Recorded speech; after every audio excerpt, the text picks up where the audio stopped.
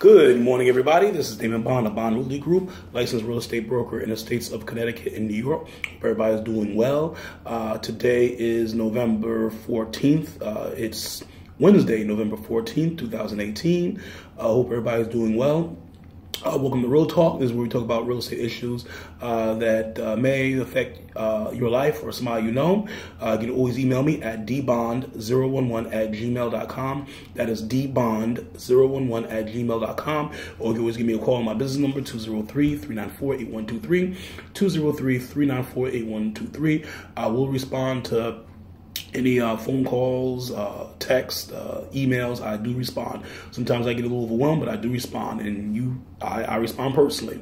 All right. If you YouTube, you share it, like it if you like it. Facebook, same thing. Share it, like if you like it. I'm just here to chop up some good real estate, business for you, and see where we go from there. All right, ladies and gentlemen. So we're actually 2018 is swiftly coming to an end. It is already November. Next week is Thanksgiving, Thanksgiving Day, and then in another 4 weeks will be Christmas.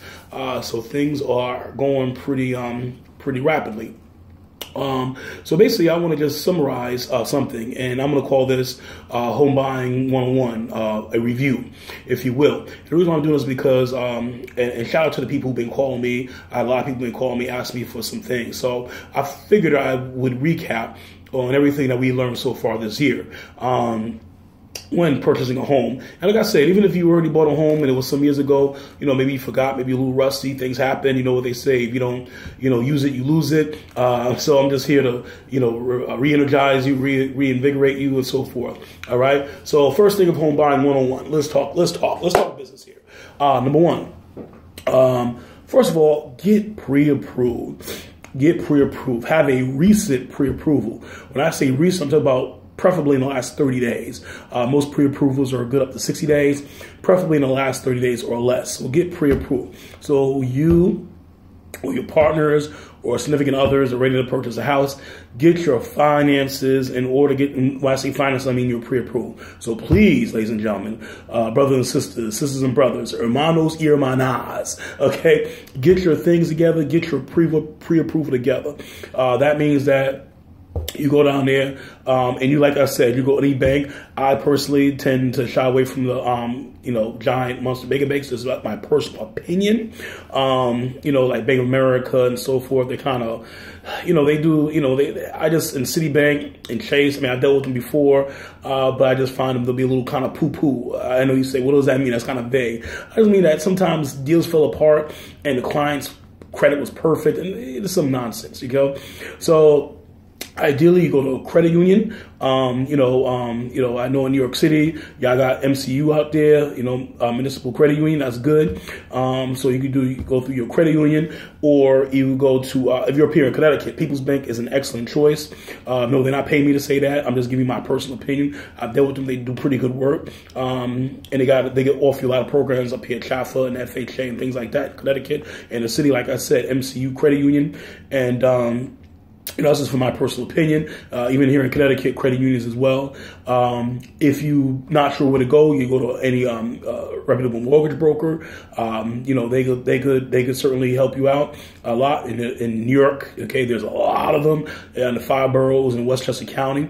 Too many to name. Up here, you got them as well. So definitely. So you go to mortgage broker if you don't feel like doing work for yourself, and they get pre-approved right then and there. They're going to ask you some basic information, your income. You've been, you filed for bankruptcy in the past 7 years, things like that. Your social security number. It's okay to give it to them, and I'll say to check these things. So that's the first thing. Pre-approval in hand. You could go to your realtor, and usually your realtor will know companies that do it, but preferably come there and do your homework, right? So that's the first thing. More on pre-approval hand. Number two, you have an idea of what you want to buy. This is where the pre-approval is useful, because you know how much you can buy. I always tell people, don't try to buy, don't have champagne dreams with a bare budget. All right, it's not going to work. So don't think that I qualify. I want to buy $500,000 home, and you're going for a $300,000 home. All right, so That's the thing. Have a budget in mind. Have what you want in mind also. Just a rough idea, okay? So I would have absolutely nots. I know people, and they said, I absolutely do not, and heck, want oil, for example. I only want gas. I know people like that. I know people who said, I can work around anything else. I absolutely do not want a shared driveway. I can work that way before. I have people who said the house must absolutely have a basement, or absolutely must have a dining room. I don't care if the house is built yesteryear, all right, and it's brand spanking new. And I don't care. This is what it's must. So instead of focusing on your wish list, focus on things that you do not absolutely want. You will not live in there under any circumstances. So that's what I would do as well. All right. So pre-approval, number one. Number two, you're not. It's easy to work that way. You're absolutely not. So you want to have. Number three, okay, cash. Make sure you have some cash on hand. Now, as a home buyer, okay, prospective home buyer, what are some fees you are going to expect to encounter? Okay. Well, first thing is this. You're going to have down payment money. And now your down payment money will vary, okay? Here in Connecticut, if you get a CHFA, it could be 0%, all right? You're still going to need some money, but it could be 0%. If you're doing FHA, both in New York and Connecticut, FHA, by the way, is national, you're going to need at least 3.5% of the purchase price, to put down for down payment money. If you're doing conventional, this could be anywhere between 10 and 20%. So you definitely want to have some cash on hand. And plus, the bank's going to say, yeah, we will see that money, in the bank, incubating. So let's say, if you want people, and I know people like that, who have money, cash under the mattress. You got thousands of dollars in the mattress, right? You want to put that money in the bank, as soon as you can, and will not let it incubate. So get that on hand. All right. Get that on hand, get that on hand. Because like I said, you're going to put that money down, for that thing. All right. You're going to need money for, appraisals. All right. That's paid directly to the bank. Usually they ask you for your credit card information. They'll give it to you. You're going to need money for, home inspection. Any home inspection, you're going to have to pay for that as well. All right. Home inspections vary. Depends whether it's multifamily or single family or condo. They vary. Okay. Home inspections can be anywhere between $150 to as much as $300, all depending on the size of the property, type of property, what you want in that home inspection. Let's see here. Also, you're going to need closing costs. On average, your closing costs are usually, generally speaking, 3 to 4% of the purchase price. So that's what you have. Now, sometimes sellers will pay for your closing costs, at least a portion of it. But that's something you have to inquire about. Your real estate salesperson can negotiate that with the listing agent, the listing agent. So that may not happen. Sometimes they'll do it, sometimes they don't. So yes, that's another thing. In no shape or form will you ever, and there's a couple nuances here, but generally speaking, what I'm trying to say is, I hate to use absolutes, but at no one time should you, your broker, no one time should your real estate person you're working with be getting money. And when I say that, what I mean is this, obviously, if your broker happens to be a buyer's agent and a selling agent, all right, meaning that they're both selling the property and they represent you, that's fine. All right. But the check should be cut out to the real estate company. So it's not like John Doe. All right. Anything. It should be John Doe Real Estate or Doe Real Estate or, Century 21 or Remax, whatever it may be. All right. That's what the check should be come out to. Because I never ask anybody for any money, even for apartments, unless it's not, the check's not made out to me. All right. It's always made out to the company. All right. Either myself or the other company. And that money goes in escrow, if you will. So that's another thing you want to look out for in terms of that. So let's see here. I'm just trying to get any nuances. Don't open up any new accounts while you're in this process. Make sure you pay them bills on time. All right.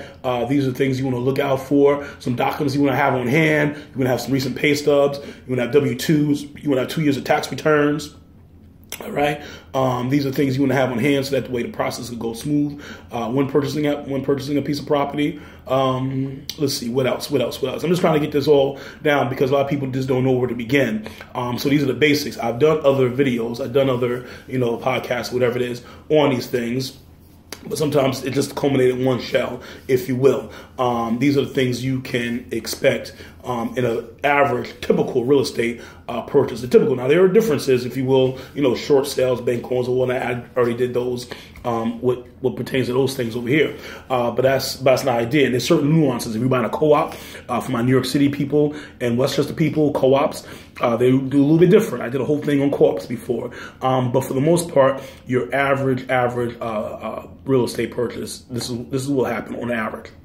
In terms of deposit money, do you get that back if the deal doesn't go through? Yes, as long as you don't break the contract, you will get that money back. So, like, let's say, for example, the appraisal doesn't go favorably for you, right? You have a right. I think the period is like 5 to 10. I forgot 5 days or whatnot from the time of the appraisal when you get your report, rather, because it takes time. They got to write it out. So basically, you have 5 days from the time of the report to, what have you. So let's say, the foundation's sinking, you need a roof, and you want to negotiate, say, hey, listen, seller, I want you to take care of some of these things. And they say, no, we're not going to take care of them. Then yes, you have a right to pull out and get your money back.